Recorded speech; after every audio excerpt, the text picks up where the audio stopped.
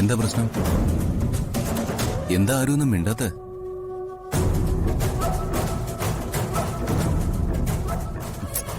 എന്താ അച്ഛാ?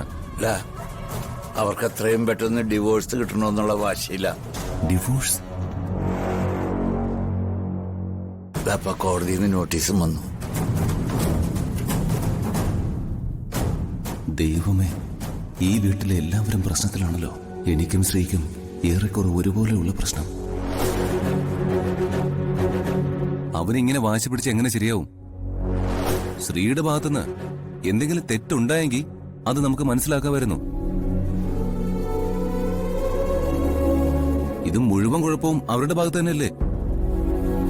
ഇതാ രുക്മിണിയുടെ തീരുമാനം. അവളത് നടപ്പാക്കും. അവരെന്ത് പറഞ്ഞാലും ഹരീഷല്ലേ അത് മനസ്സിലാക്കേണ്ടത്. അവനും ശ്രീയും തമ്മിൽ ഒരു പ്രശ്നവുമില്ല. പ്രശ്നം അവന്റെ അമ്മയ്ക്കാണെന്ന് അവൻ തിരിച്ചറിയണ്ടേ? അവനത്ര മണ്ടനൊന്നും അല്ലല്ലോ, നല്ല ബുദ്ധിയുള്ളവനല്ലേ. അവന് അവന്റെ അമ്മയുടെ സ്വഭാവം കിട്ടിയതാ. ശ്രീ, നീ എന്ത് പറയുന്നു? അവൾ എന്ത് പറയാനാ? അവളുടെ മനസ്സിന്റെ വേദന നിനക്ക് ഊഹിക്കാവുന്നതല്ലേ ഉള്ളൂ. ഇതിന് വിഷമമല്ല ഉണ്ടാവേണ്ടത്, പകയാണ്, വാശിയാണ്.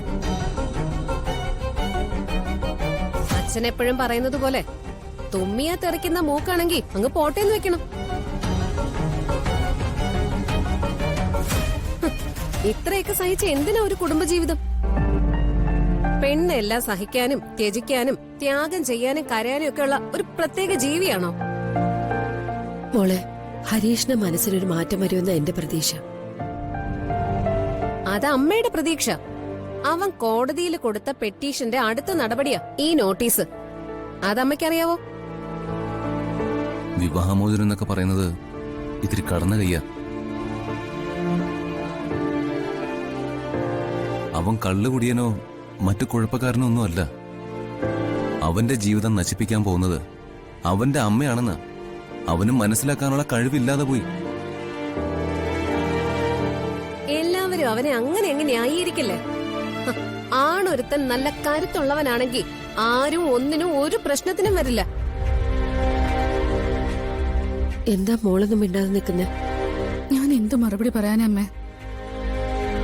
എന്നെ സ്നേഹിച്ച് എന്റെ പിന്നാലെ വന്നൊരാളാ ഹരീഷ്. ഞങ്ങൾ പരസ്പരം ഇഷ്ടപ്പെട്ട് കല്യാണം കഴിച്ചു.